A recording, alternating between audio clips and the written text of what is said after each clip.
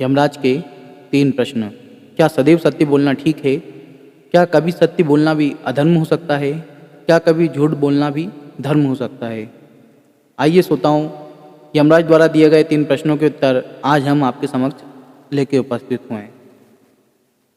जय श्री महाकाल मित्रों, स्वागत है आपका हमारे इस यूट्यूब चैनल हिंदू ज्ञान गंगा में। चलिए कहानी की शुरुआत करते हैं।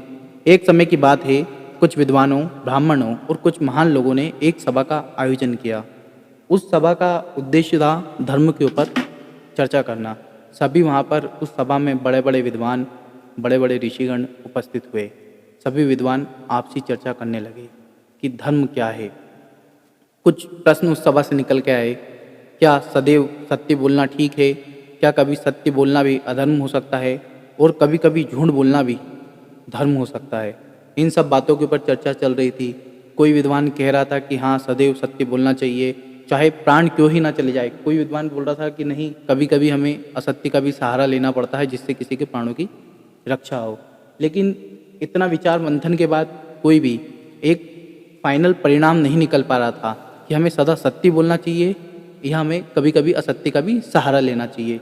उसी सभा में वहाँ से यमराज जी गुजर रहे होते हैं। यमराज जी ब्राह्मणों की सभा देखकर इनके बीच में उपस्थित होते हैं और पूछते हैं, ब्राह्मण जन, हे ऋषिजन, आप लोग यहाँ पर क्यों एकत्रित हुए हैं? तभी सभी ब्राह्मण ऋषिजन यमराज जी को प्रणाम करते हैं और उनको बैठने के लिए उचित स्थान देते हैं। और भगवान यमराज जी से कहते हैं सारे ऋषिगण के, हे यमराज जी, आप तो धर्मराज हैं, आप तो धर्म के धर्म हैं और आप ही सत्य हैं, क्योंकि आप मृत्यु के स्वामी हैं और मृत्यु हमेशा सत्य होती है। यमराज जी बोलते हैं,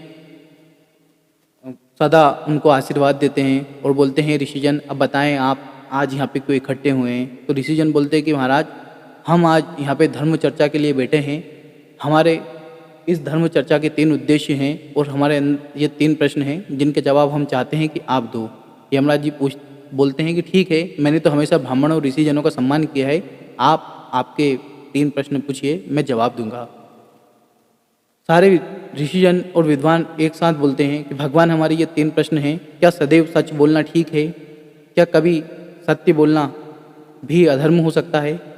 क्या कभी झूठ बोलने से भी धर्म हो सकता है?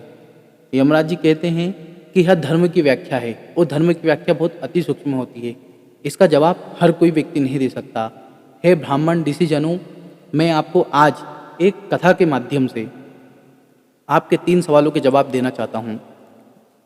ऋषिजनों ने कहा, जी जरूर, सुनाइए, आप शुरू कीजिए। यमराज जी बोलते हैं, चलिए शुरू कर रहे हैं कथा। तो यमराज जी का क्या कहते हैं श्रोताओं, सुनिए। यमराज जी कहते हैं कि बहुत पुरानी समय की बात है। कुछ कसाईयों का झुंड गायों को लेकर जा रहा था और गाय आगे आगे चल रही थी, कसाई पीछे पीछे चल रहे थे। गाय बहुत छूटने की कोशिश कर रही थी, लेकिन वो निर्मम कसाई निर्ममतापूर्वक गायों के ऊपर लाठियाँ बरसा रहे थे। गाय चलती जा रही थी, चलती जा रही थी। चलते चलते एक गांव में उनको शाम हो गई। उसी गांव में उन्होंने सोचा कि क्यों ना रात्रि विश्राम कर लिया जाए। उस गांव में 2 व्यक्ति रहते थे। एक सदा सत्य बोलता था, चाहे प्राण क्यों ना चला जाए, लेकिन वो कभी भी अपने जीवन में झूठ नहीं बोलता था। एक वही व्यक्ति रहता था दूसरा, जो हमेशा असत्य का सहारा लेता था। वो कभी भी झूठ नहीं बोलता था। उसका उद्देश्य वो हमेशा ही झूठ बोलता था। उसका उद्देश्य यही था कि वो सत्य का सहारा कभी नहीं लेता था। क्या होता है कि सभी कसाई सो रहे होते हैं, गायों को रस्सी से बांध देते हैं।